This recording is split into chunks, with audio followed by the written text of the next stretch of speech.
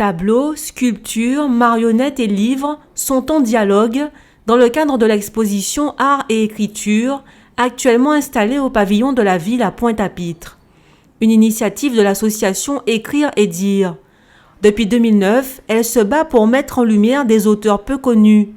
Elle s'est ouverte à d'autres formes d'expression en 2015, d'où la mise en place de cette exposition plurielle. Parce que notre but, c'est, comme on dit maintenant, c'est la cohésion sociale et le bien vivre ensemble.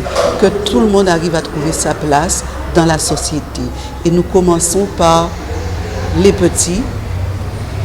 Nous travaillons en décrochage scolaire pour que ces enfants apprennent à être, à comprendre et à devenir. Donc, c'est pour que les parents sachent ce que nous faisons en tant qu'association Écrire et Dire, pour qu'ils aient envie d'envoyer leurs enfants en périscolaire, pour que nous puissions rencontrer ces enfants qui auraient des difficultés, pour leur dire que c'est possible d'être. Parmi les invités, l'auteur Fred Le Breton. L'ancien journaliste est venu présenter ses 2 ouvrages basés sur des faits réels. Tuer le député revient sur la mort du Guyanais autonomiste Justin Cataillé, victime du crash de Déhay en 1962. Et Fait taire le journaliste s'inspire de l'assassinat du militant communiste martiniquais André Aliker.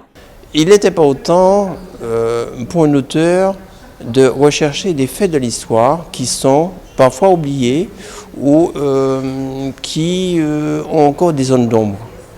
Et bien entendu, aussi bien pour l'un que pour l'autre, que j'ai fait un certain nombre de recherches, j'ai enquêté et j'ai pu avoir un certain nombre d'informations qui étaient tues. Et peut-être assez curieusement, par exemple pour l'accident d'avion de Déhay, il y a certains aspects qui sont encore secrets, confidentiels. Et plus de 50 ans après, on peut s'étonner. Donc il nous appartient à nous, romanciers, auteurs, écrivains, journalistes, enquêteurs, comme vous voulez, d'essayer de faire pousser plus loin la réflexion pour que l'on puisse se dire mais il y a quelque chose derrière tout cela. Gervaise Zélateur est-elle animatrice, technicienne de l'éducation populaire.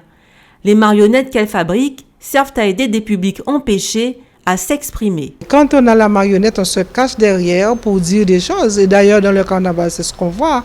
Après les élections, quand on voit les bois dans la rue, c'est bien ce qu'on voit. On est derrière un masque, on est derrière un personnage qui c'est pas nous qui disons. Donc on est libre de ses réflexions, de ses gestes, de ses paroles. On n'a plus de frein. Et avec ça, la personne qui est en difficulté de communication, elle va utiliser ça. Et puis, après tout ce que je vous ai raconté là, elle sera toute heureuse après de jouer son spectacle. Cette exposition en place jusqu'au 1er octobre est l'occasion de découvrir des peintres comme Agnès Sélapin et Christiane Bordelais. Leurs œuvres côtoient celles d'artistes plus connus comme Bernard Pinsemaille et le sculpteur Jackie Poulier.